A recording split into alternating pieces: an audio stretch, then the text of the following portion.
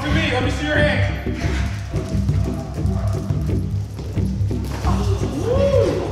Good boy, hold. So a K9 unit basically is a police officer and a dog teamed together to accomplish many law enforcement objectives. So I'm a police officer, also a K9 handler for my agency, and I'm also responsible for the training and the supervision of the K9 unit. If you read our public service announcement, there's 300,000 kids that go missing a day. Should a child go lost, don't send me 50 cops, send me a good dog to track it, and history bears that out. When these dogs are done and fully trained, they're about $15,000. I was approached by a reporter who thought that the $8,000 for a dog could be better spent in paying for the salary or overtime of a police officer.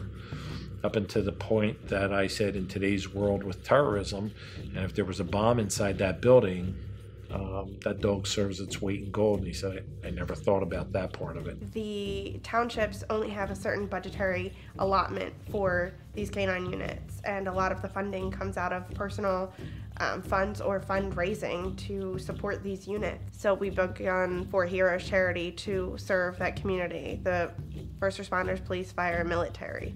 At heart, we are comprised of our military, first responders, and police. So, you know, we have first-hand experience, first-hand, foremost experts. It's more about the education piece of it for me. Educating our public about what it is that the police, fire, military, first responders do. People know what they do, but I think it's a job that really goes largely unrecognized. In any capacity, whether they're a firefighter, they're in EMS, you know, they're always there when you need them, but they don't really know what it fully takes to have those things in place. We were looking for a building where we could hold events and we could do a lot of things for the For Heroes groups. The building had been abandoned for like 3 years. It was absolutely in deplorable condition. The roof leaked, the floors were rotted.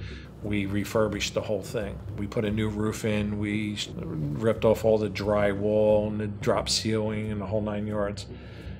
But then we got stuck in a dilemma. We ran out of money and we couldn't put windows in. There were metal windows and they were from 1950. They didn't open, they were cracked, some were plastic. I just did a Google search of, window manufacturers. And I had one of my guys reach out to Jantek, told him what we needed and told him what we did, and that basically we were in dire straits. So the owner of Jantek was kind enough to send Dave Pepe out.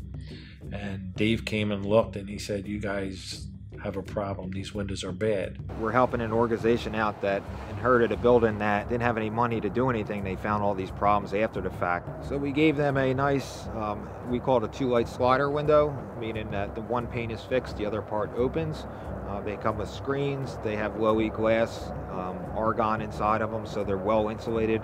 It's 100% vinyl product. So now instead of just having glass where they couldn't open the windows, they are able to open them.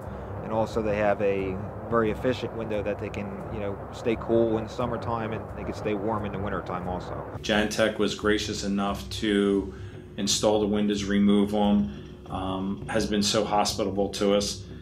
We put on a K9 demonstration to show Jantek and its employees the worth of a police K9 dog and demonstrate what those dogs do and educate the employees of the training and the worth of those dogs. They were very, very pleased. They were very, very gracious to us. I think overall it went well.